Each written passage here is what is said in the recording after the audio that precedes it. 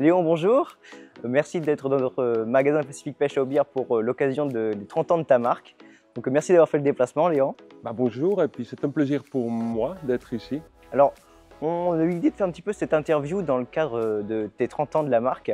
Ouais. Et on a voulu intégrer nos abonnés de notre page Instagram Pacific Pêche où, à travers un concours, ils ont l'occasion de te poser une question dans les commentaires.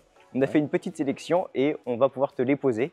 Donc on va commencer tout de suite avec la première question de Batfish 2.0 qui te pose la question suivante. Léon, comment avez-vous eu cette passion pour la pêche? C'est depuis tout petit, en fait. Depuis que j'étais enfant, depuis l'âge de 4 ans, mon père m'amenait à la pêche, tous les samedis matins. Donc lui, il bossait toute la semaine, et le samedi matin, surtout en été, c'était matinée de pêche. Donc mon père, il pêchait à l'ancien, hein, avec une grande canne en bambou, une canne au cou, gros fil nylon, 45 centièmes, gros hameçon à la patate. Ok. Dans les canals de polder, vers les roselières, et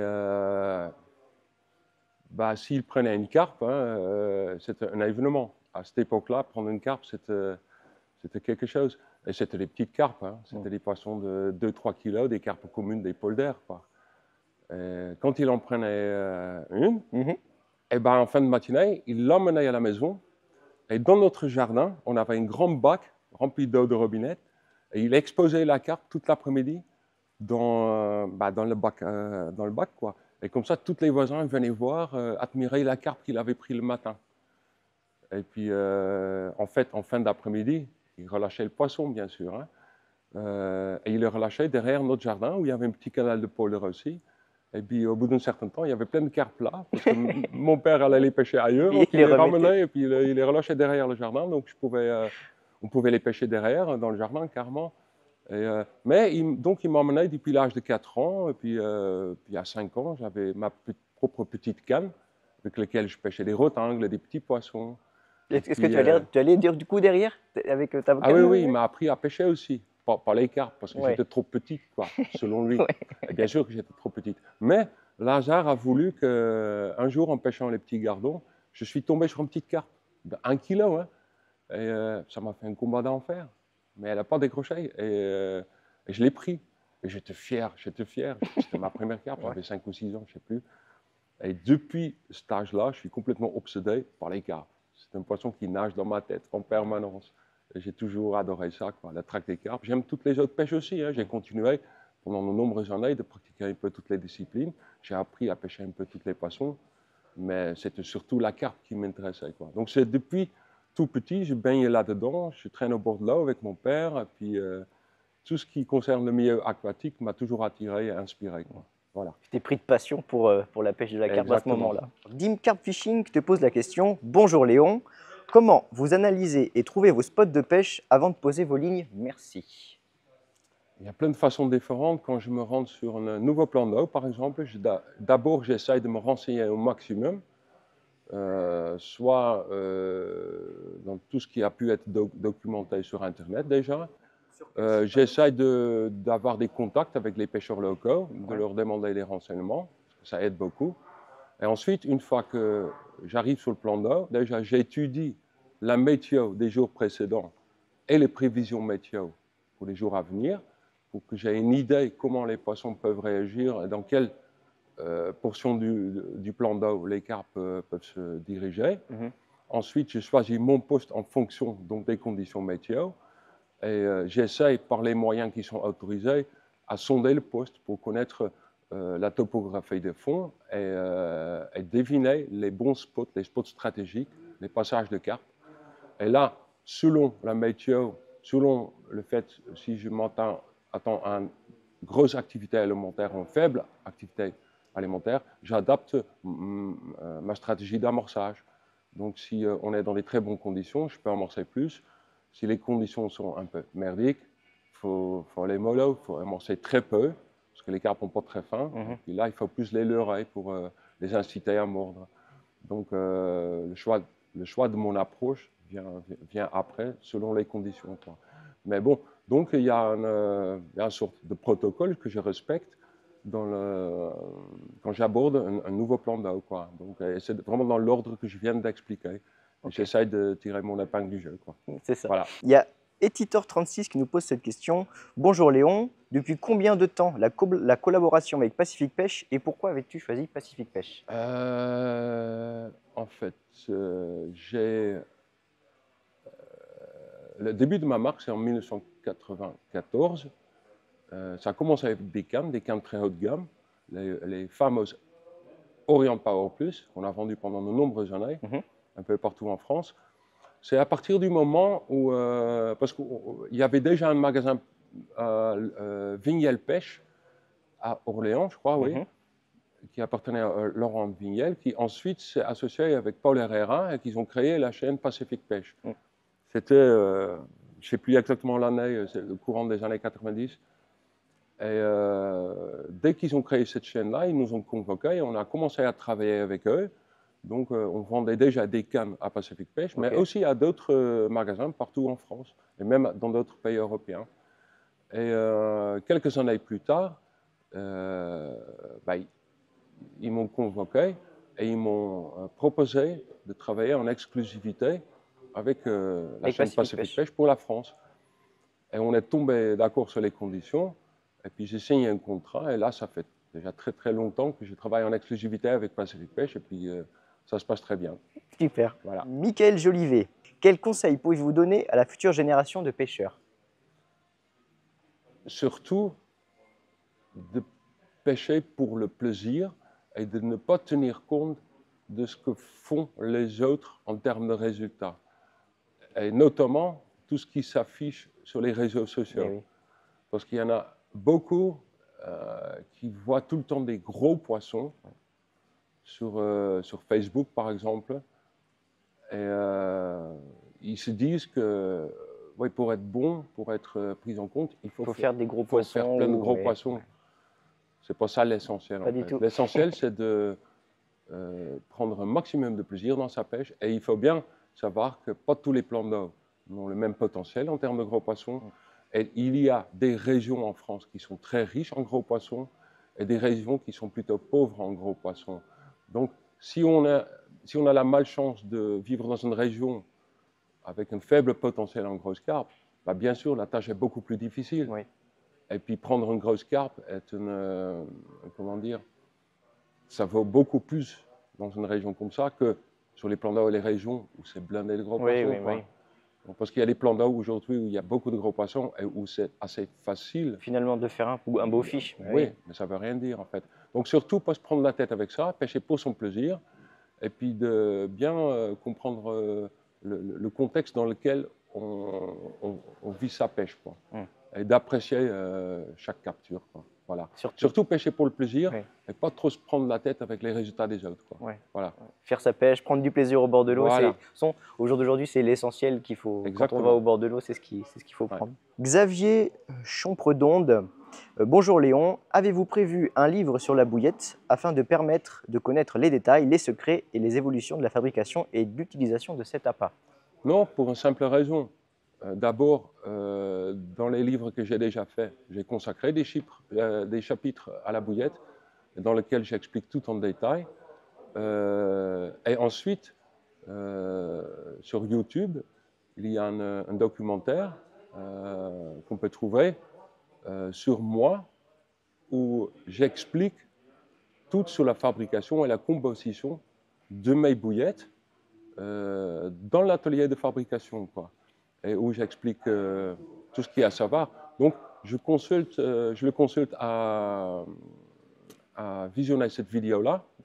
Et dans la vidéo, tout est expliqué. Bon, super. Bon, vous savez ce qu'il vous reste à faire du coup. Jette Delphin qui nous pose la question. Bonjour Léon, quel type d'appât de votre gamme me conseillez-vous pour une pêche rapide dans un étang assez compliqué et pour une pêche de plusieurs jours? En fait, je n'ai pas beaucoup de références dans ma gamme, mais les références que je propose, ce sont des bouillettes qui sont très efficaces toute l'année. Il n'y a pas des bouillettes qui sont plus efficaces pendant une saison ou une autre, non. Tu n'as pas des bouillettes d'été, des bouillettes d'hiver. Oui, ça c'est des bêtises, c'est des idées reçues en fait. Quand une bouillette est vraiment bon, qualitativement bon, stimulant, qui plaise au carpe, et qui est bon de façon instantanée, mais aussi sur le long terme, cette bouillette-là, elle sera efficace toute l'année en fait. Après, au niveau des stratégies d'amorçage, c'est un peu comme dans l'autre question que j'ai répondu. Il faut tenir compte de l'activité alimentaire des poissons. Quand tu as une faible activité, tu amorces très peu. Quand tu as une grosse activité, tu amorces plus pour entretenir la zone de pêche, pour les mettre en confiance, pour stimuler les carpes, pour avoir un maximum de touches. C'est vraiment par rapport au nombre de carpes sur une zone de pêche qu'on pêche et au degré d'activité alimentaire. Et ça, avec l'expérience, on arrive à l'estimer, à le ressentir. Tu le définis au cours de ta pêche, si tu sens que tu Ah as, oui, tu as oui, des je touches, tu as m'adapte. de l'activité, tu peux adapter ta pêche et Voilà. amorcer un petit peu Si plus. j'ai un doute, je commence avec très peu d'amorce, mais si ensuite les touches s'enchaînent, bah, j'augmente la quantité d'amorce. Parce qu'il y a du monde au fond qui a envie de Oui, manger. Et voilà, du coup, voilà. Mais il vaut mieux commencer avec peu, parce qu'on peut toujours en rajouter, eh oui, mais on peut quand on pas en en met enlever. trop, on ne peut pas en Eh enlever. oui, ça c'est sûr. Voilà. Jojo Vergara 81 qui te pose cette question. Bonjour Léon, à ce jour, préférez-vous pêcher en mode moulinet canne vintage ou avec le matériel moderne? En fait, 90-95% de la pêche que je pratique, c'est avec du matériel moderne. Et le matériel vintage, utiliser le matériel vintage, je prends un plaisir énorme. Oui. Sauf que on ne peut pas faire ça en rivière, en grand lac ou même en gravière où c'est blindé d'herbe. En fait, la pêche vintage se fait sur des petits étangs, très peu encombrés, où on a vraiment l'espace pour battre un poisson. Mais j'aime bien le pratiquer de temps en temps, purement pour le plaisir. Mais sinon, ma pêche principale, c'est bien sûr avec le matériel moderne, qui est adapté, à toutes les eaux qu'on connaît en France. Et aux poissons d'aujourd'hui qui sont différents que des poissons même, il y a 30 ans aussi. Voilà, on a beaucoup de gros poissons aujourd'hui. Oui. C'est peut-être moins pratique avec une... Oui, c'est chaud sur le matériel vintage. Mais ça doit être très sympa, je pense, par contre aussi. C'est un pur plaisir. Du coup, sur les premières cannes que tu avais sorties, sur les Orient Power Plus. Oui, en fait, dans les premières années, on avait encore des cannes avec aussi avec des faibles puissances, avec lesquelles on prenait beaucoup de plaisir. Aujourd'hui, il y a beaucoup de plans d'eau qui sont encombrés. Les gravières, aujourd'hui, c'est blindé d'herbe. Moi, je me rappelle, il y a 30 ans en arrière, les gravières étaient propres partout. Il y avait très peu d'herbe. Maintenant, c'est blindé d'herbe partout. Donc, il faut quand même un matériel plus costaud, plus fort pour sortir les poissons. Plus adapté, donc. Voilà. Sébastien Dili qui te pose cette question. Bonjour Léon, quel est le poids minimum de tes plombs et pourquoi pas moins? Bon, moi, j'aime bien, avec les montages que j'utilise, utiliser un plomb de 100 grammes parce que ça suffit pour bien piquer les carpes avec les bas de ligne que j'utilise. Et c'est un poids qui est agréable et confortable à lancer avec précision sur toutes les distances. Et même pour la grande distance, 100-110 grammes, ça suffit. On ne va pas forcément lancer plus loin avec un 140 grammes en fait. Donc vraiment les plombs de 100 grammes, c'est ce que j'utilise le plus aujourd'hui. Il y a une exception, c'est que les quelques fois où je peux pêcher en montage chaude, partout où c'est possible, je pêche avec des petits plombs de 40 grammes, pour la simple raison que quand on pêche au shot, c'est des bas de ligne très très courts. Ça veut dire que le plomb, une fois que le poisson est piqué, est très près de la bouche de la carpe. Et quand on pêche au shot avec un plomb de 100 grammes ou plus, et la carpe, dans des coups de tête, ça risque d'arracher l'hameçon ou d'abîmer la bouche. Donc pour la pêche au shot, partout où c'est possible, où on ne pêche pas trop loin, je conseille d'utiliser des petits plombs de 40 grammes. Ça suffit pour bien piquer avec un shot. Et pour tous les montages où le bas de ligne fait au moins 18 cm ou plus, des plombs de 100 grammes. Voilà. C'est ton passe-partout, c'est le plomb voilà. de 100 grammes. Erwan Spotter, comment l'idée t'est venue de créer ta marque Léon? L'idée ne m'est pas vraiment venue, c'est-à-dire qu'au début des années 90, déjà je montais des cannes pour les amis, donc j'ai monté beaucoup de cannes. Et à un moment donné, j'ai eu la proposition de Cor Spinhoven, un ingénieur de blanc célèbre en Hollande, à Amsterdam, de collaborer dans la conception d'un nouveau blanc pour une canne à pêche, une canne à carpe très performante. Donc j'ai participé à ce projet-là, mais juste pour rendre service, pour le plaisir. Et une fois qu'on avait conçu cette canne-là, j'ai pu montrer un prototype à M. Alistair Bond, qui à l'époque montait les fameuses cannes Rothschild. Et en fait, lui, il était très impressionné par cette canne-là.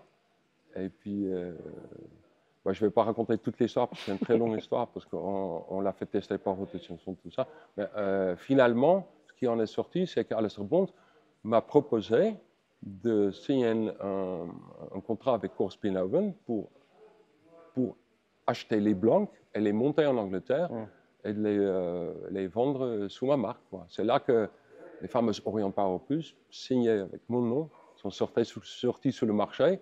Ce n'est pas quelque chose que j'avais programmé, mais c'est un concours de circonstances qui a fait que, voilà. Et puis ça, c'était le début de l'histoire. Ensuite, dans les années après, on a développé les appareils. Puis la marque a grandi petit à petit. Aujourd'hui, on a toute une gamme de produits.